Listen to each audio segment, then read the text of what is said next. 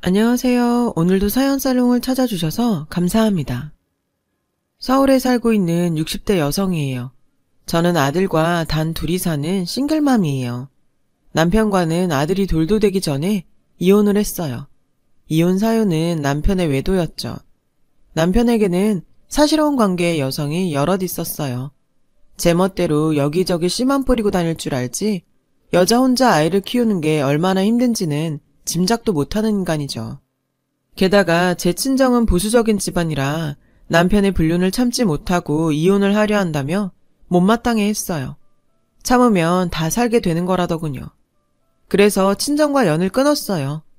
그렇게 저는 홀몸으로 아들을 키우게 되었죠. 그렇다고 아예 밑바닥부터 다시 시작한 건 아니었어요. 남편에게 위자료로 받은 아파트와 결혼 당시 친정에서 받은 것도 있었거든요. 우선 아파트를 처분하고 작은 빌라를 얻어 이사를 갔어요. 그리고 부동산 공부를 시작했죠. 일단 생활비는 아파트 판 돈을 쪼개서 충당했고요. 사회생활을 하고 싶어도 아이가 너무 어려서 그럴 수 없었거든요. 육아와 병행하며 공부를 했고 1년 만에 부동산 중개인 시험에 합격했어요. 그리고 부동산 사무실을 차렸죠. 그게 벌써 30년 전 일이네요. 현재 저에게는 건물이 5채가 있어요. 제일 알짜인 한 개는 전체가 소아과, 내과, 정형외과 등 병원으로 꽉 찼어요. 다른 건물도 공실 없이 다 찼고요. 30년 동안 저 정말 고생 많이 했어요. 다행히 부동산계에 인맥이 있는 파트너와 저도 사업 수완이 좋았던 덕에 부동산 투자에 성공을 했죠. 지금은 부동산 사무실을 하지 않고 집에서 쉬면서 운동하고 있어요. 여기까지 들으시면 팔자 좋은 여편네가 돈 많다고 지 자랑질 하려고 사연을 보냈나 하시겠지만 그건 아니에요. 요즘 저에게는 정말 큰 고민이 있거든요. 바로 하나뿐인 제 아들 때문이죠. 제 아들만 생각하면 한숨부터 나와요. 제 아들은 30대 후반이에요. 대학은 어찌어찌 서울에 있는 사전제에 들어갔지만 졸업을 하고도 남들처럼 구직 활동을 하지 않았어요. 뭘 시작해도 1년을 넘기지 못했고 그럴 때마다 저는 아들과 심하게 싸웠죠. 하지만 자식 이기는 부모가 있나요? 그래 건강하기만 하면 됐지 하면서 늘 포기하곤 했죠. 아들은 나이가 들어도 젊은 친구들이랑 어울리더군요. 자기가 나이 드는 걸 모르는 것 같았어요. 옷도 때와 장소에 상관없이 찢어진 청바지에 후드티를 걸치고 다니죠. 아들은 어느 날 갑자기 제게 사업을 하고 싶다고 했어요.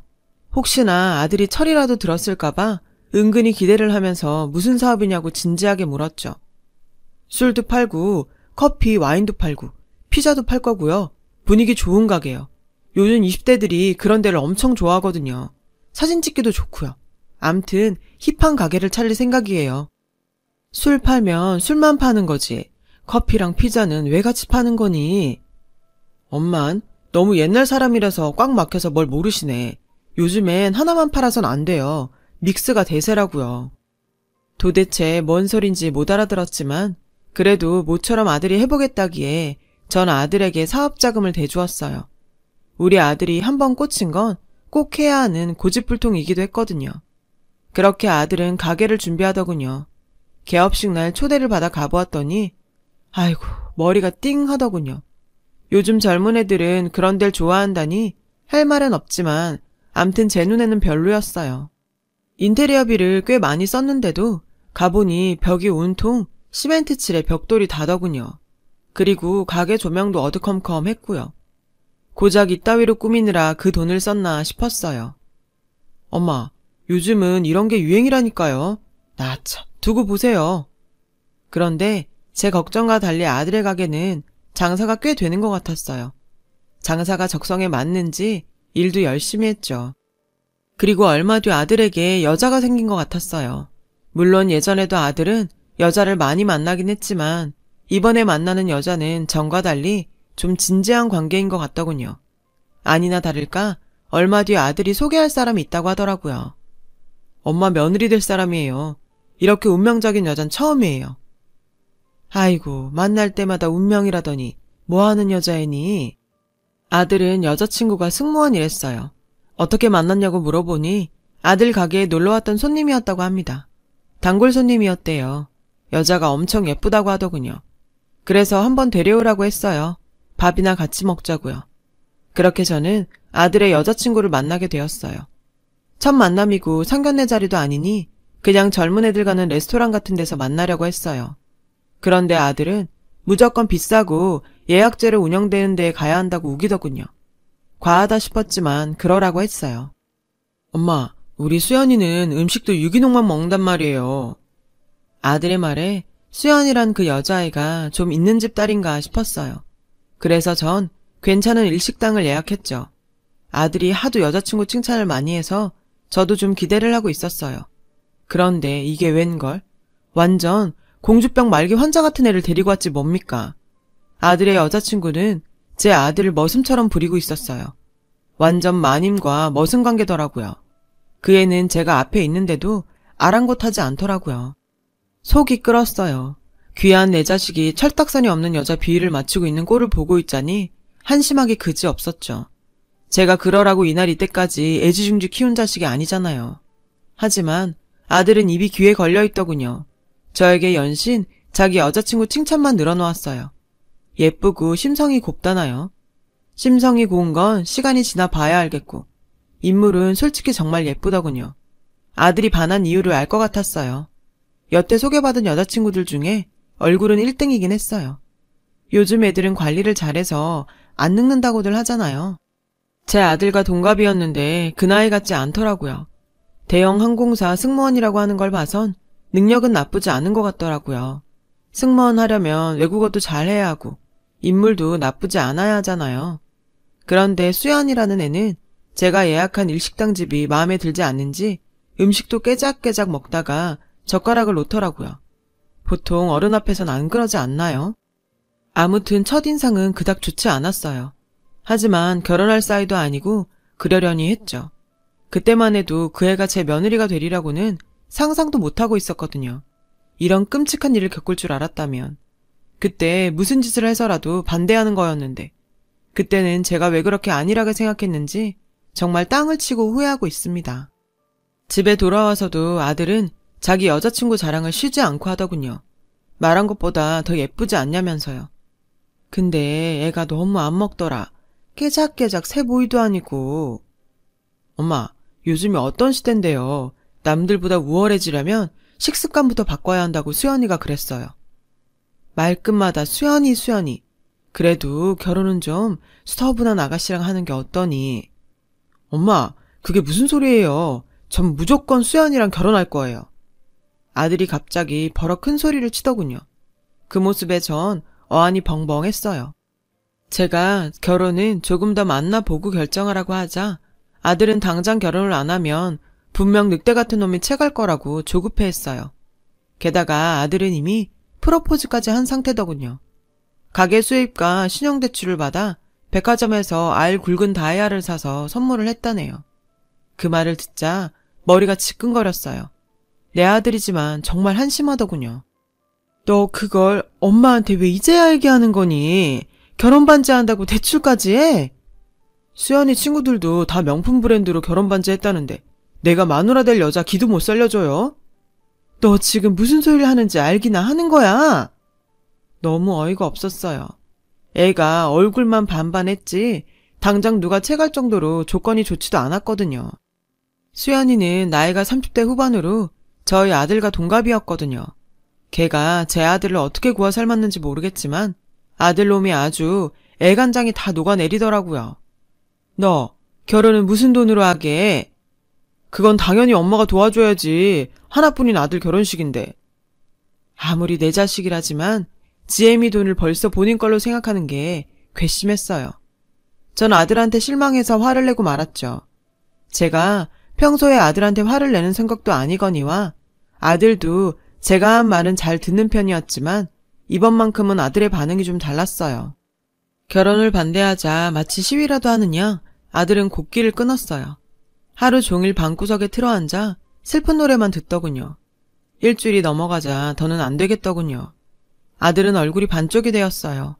상사병이라는 건 말만 들었지 실제로 본 건 처음이었죠. 이러다가 하나뿐인 내 아들을 잡는 게 아닐까 걱정이 되었어요. 그래서 저는 백기를 들 수밖에 없었어요. 그렇게 저는 수연이네 부모님과 상견례를 하게 되었어요. 그런데 전 그렇게 편견이 많은 사람이 아니에요. 그런데 이건 아니더라고요.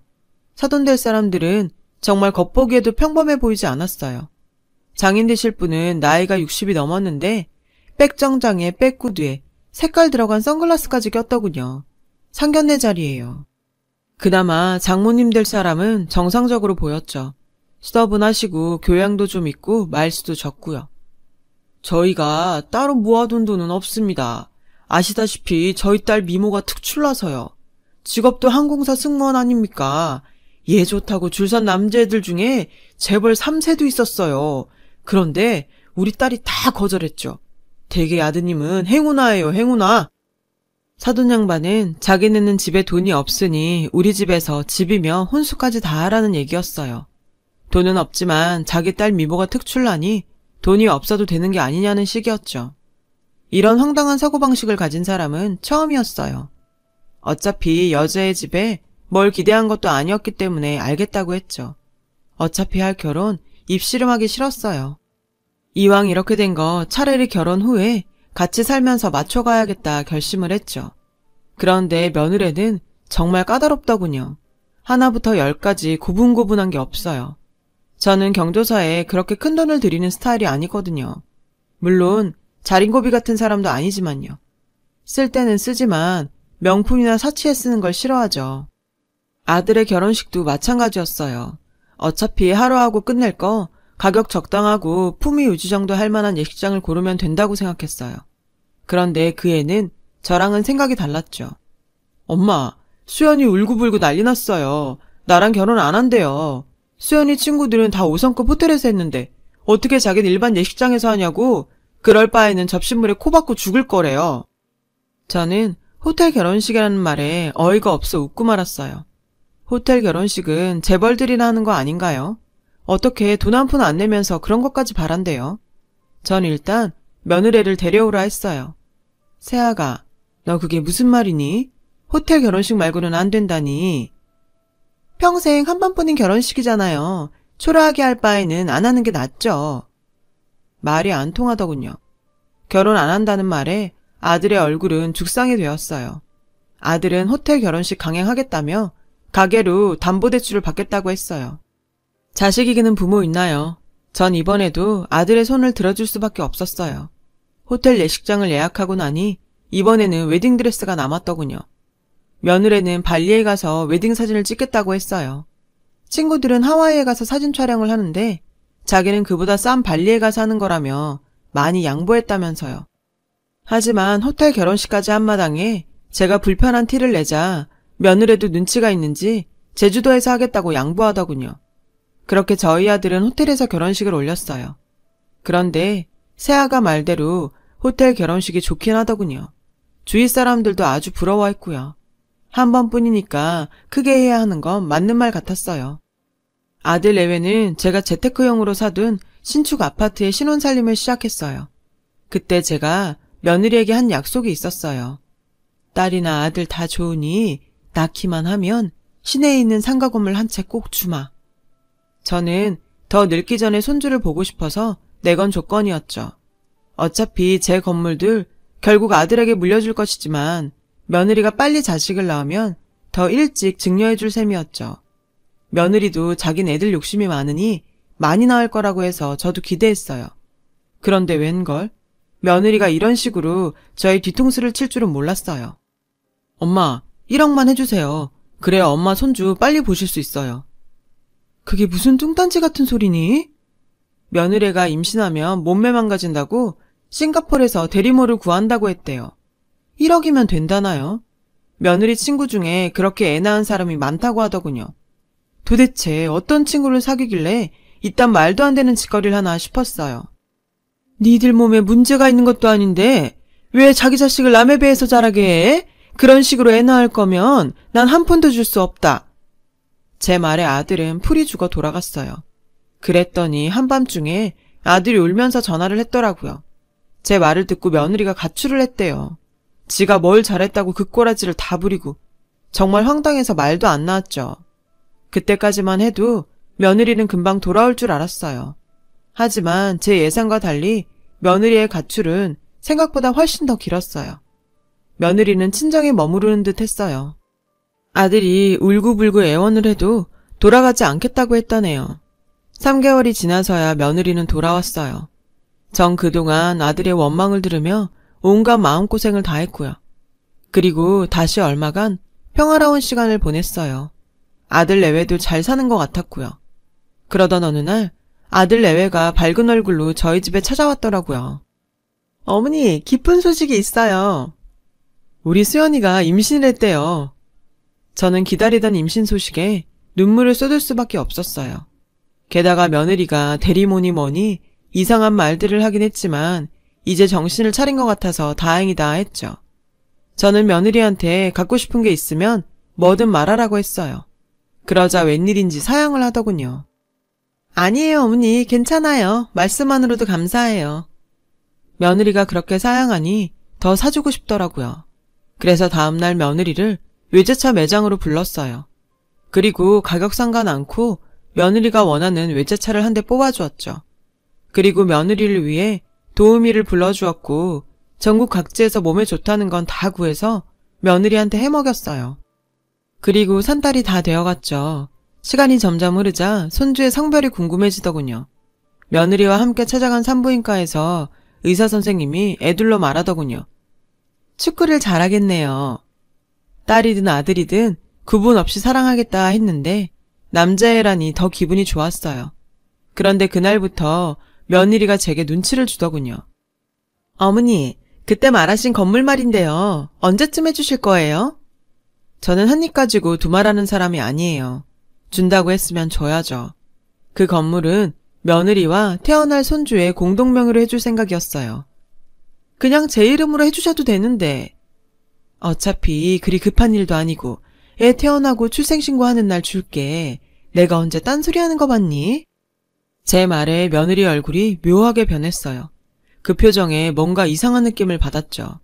며칠 뒤에도 며느리는 제게 똑같은 말을 하더군요. 기왕 줄 거 그냥 자기한테 건물을 빨리 주면 안 되냐고요. 마치 똥 마려운 개 마냥요. 며느리의 말대로 미리 증여를 해도 상관은 없었어요. 하지만 사람이 감이라는 게 있잖아요. 뭔가 불길하더라고요.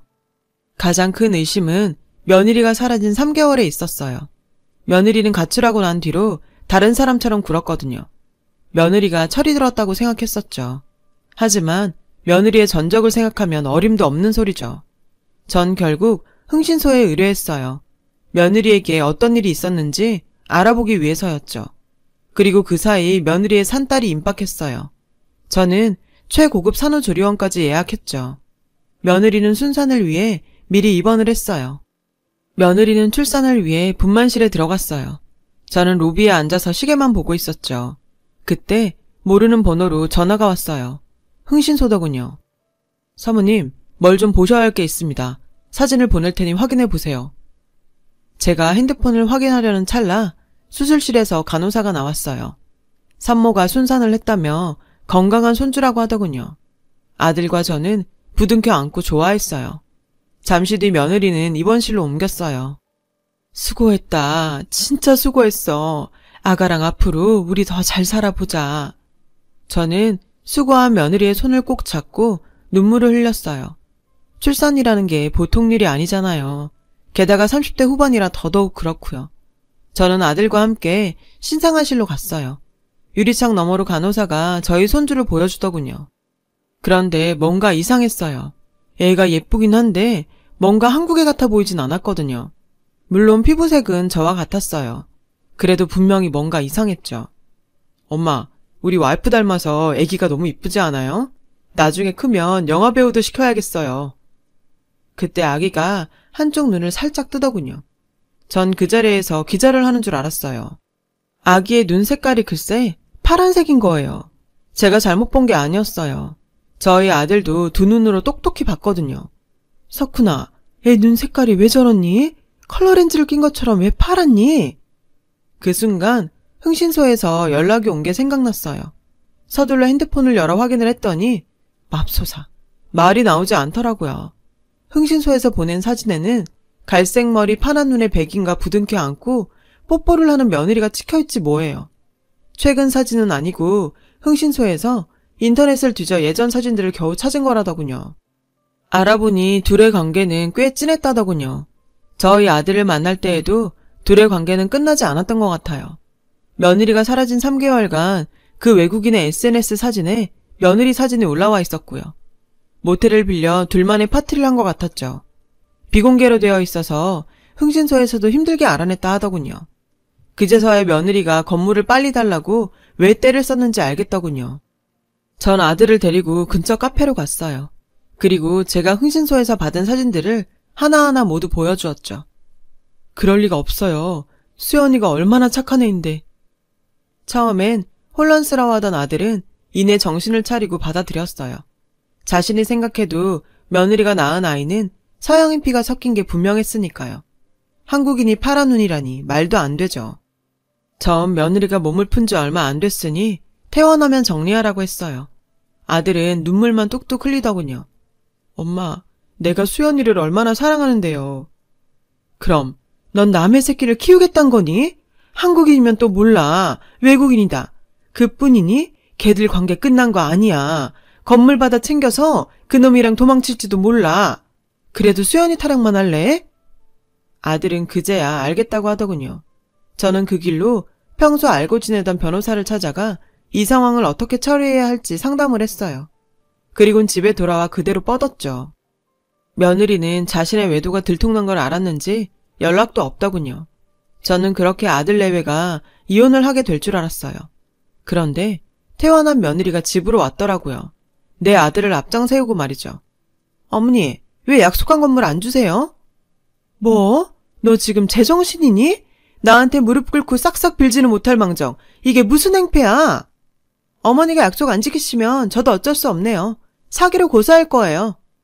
어이가 없어서 말도 나오지 않더군요. 그런데 이런 저를 본 며느리는 제가 겁을 먹었다고 생각했나 봐요. 어머니가 아들 낳기만 하면 건물 주신다고 했잖아요. 자기도 들었지? 호구 같은 제 아들은 고개를 끄덕였어요. 30년 넘게 키운 제 아들이 이렇게 저를 배신할 줄은 상상도 하지 못했어요. 그 순간 오만정이 다 떨어지더군요. 그게 우리 집 핏줄이니? 어디서 남의 애를 낳고도 큰 소리를 쳐? 그게 뭐가 중요하나요? 입양도 많이 하는 세상인데요. 그리고 남편이 우리 아기 친자식처럼 키운댔어요. 그치 자기야? 저는 더 이상 참지 못하고 변호사에게 전화를 걸었어요. 잠시 뒤 변호사가 집에 도착했어요. 그리고 아들 내외에게 어떤 유산도 받을 수 없다고 말해주었죠. 앞으로 너도 내 아들 아니다. 너희들한테 내 돈 10원 한 장도 안 줘. 다 쓰고 죽을 거고 행여 남은 재산은 사회에 다 환원할 테니 그리 알아라. 이제 보지 말자. 제 말에 아들 내외는 꿀먹은 벙어리가 됐어요. 그리고는 그제야 정신을 차렸는지 무릎을 꿇고 빌었죠. 하지만 그런다고 제 마음은 변하지 않아요. 전 지금 당장 나가지 않으면 경찰을 부른다고 소리쳤죠. 결국 저는 아들 내외와 연을 끊었어요. 그 이후로도 몇 번 아들 내외가 찾아와 문을 두드리긴 했습니다만 저는 끝내 문을 열어주지 않았어요. 이제 아들 얼굴도 보기 싫더군요. 그 기집애한테 홀랑 넘어가서 자기 삶을 버린 자식이잖아요. 지 애미 생각도 않고요. 내가 지를 어떻게 키웠는데. 요즘 저는 혼자 잘 살고 있어요. 저를 위해 사치도 많이 부리고 있고요. 어차피 누구한테 남겨줄 것도 아닌데 왜 그리 아끼고 살았는지 모르겠네요. 아들 내외 소식도 들을 수 있었어요. 며느리는 평소에도 사치가 심했는데 제가 준 생활비가 뚝 끊기자 카드를 쓰고 다녔다나 봐요. 그 때문에 결국 집도 넘어갔다더군요. 코딱지만한 반지하 원룸에서 지내다가 현재는 처가에 들어갔다네요.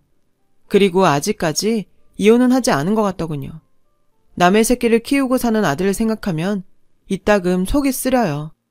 하지만 이게 다 지 업보다 생각하려고요. 여자 얼굴만 그리 따지더니 잘 된 거죠. 시간이 지나 아들이 정신을 차리고 잘못을 뉘우친다면 그때는 한번 생각해볼까 합니다. 그래도 천륜이니까요. 자식 반듯하게 자식 농사 잘 지으신 부모님들 정말 대단하십니다. 제 사연을 들어주신 분들 감사합니다. 여러분, 사연 댓글에 응원과 현명한 조언 부탁드려요. 좋아요와 구독은 저에게 큰 힘이 됩니다. 오늘도 좋은 일 가득하세요.